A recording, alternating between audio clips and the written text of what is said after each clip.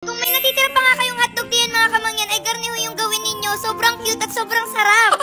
So ayan, bali pinakuluan ko nga nila pala yung hotdog mga kamangyan, saka ako ginayat-gayat ng maliliit. Tapos tinusok-tusok ko lang ng toothpick, saka ako nilagyan ng harina. Nagsama-sama ko lang din yung pancake mix, itlog at saka ho tubig. Nilalagay lang ko doon sa hotdog, saka pwede na siyang prituhin. At habang naghihintay nga ni Hodian mga kamangyan, ayan nag-spray na ako diyan sa aking kilikili. So ang nagamit ko nga ni Hodian, ere nga ni yung Dionat. Grabe, tingnan nyo naman, paubos na. Kaya pinili ko na rin yung iba nilang variant para matry ko rin. So meron ng natural deodorant at saka aloe deodorant. Hindi talaga nagapawis yung kilikili ko din mga kamangyan. Kahit mapawisan, wala nang mga asim-asim. Basta parang ang fresh-fresh lang. Tapos yung itim ng kilikili ko ngayon talagang napusyaw-pusyaw na. At alam nyo gawa, ang dami ko na na-try before pa. Maitim na nga yung kilikili, lalo pang umitim. So ito mga kamangyan, hindi siya nakaka-irritate ng skin. Hindi rin siya nag-iwan ng skin sa mga damit-damit. Moisturize din siya ng kilikili. So parang sa mga nalilito din mga kamangyan, yung papaya, yun yung pampaputi ng kilikili kasi meron siyang papaya extra. So kapag gusto mo naman yung simpleng deodorant lang mga kamangyan, tapos nagapawis yung kilikili mo, perfect sa'yo yung mineral deodorant. Tapos kung madalas ka naman mag-shave ng kilikili nyo mga kamangyan, syempre di ka nagka-chicken skin yun. Try nyo naman yung aloe deodorant kasi nakaka-moisturize siya, nakaka-hydrate. Yung mga kamangyan, kung namang problema din kayo sa kilikili ninyo, ayan, itry nyo na yan. Mura lang din yan. Ay, for the go. Balik na tayo din mga kamangyan, naluto na rin ating mini hotdog waffles at grabe, sobrang cute. At ang sarap din yung mga kamangyan, as in super lambot. Pancake mix yung ginamit na pang-coat diyan mga kamangyan. Sobrang lasa niya. Perfect na pang merienda, pambaon ng mga kids. Pwede nga pang negosyo. Kung hindi nyo pa ho natatry na ko, ay itry nyo na rin ho. Ay, for the go.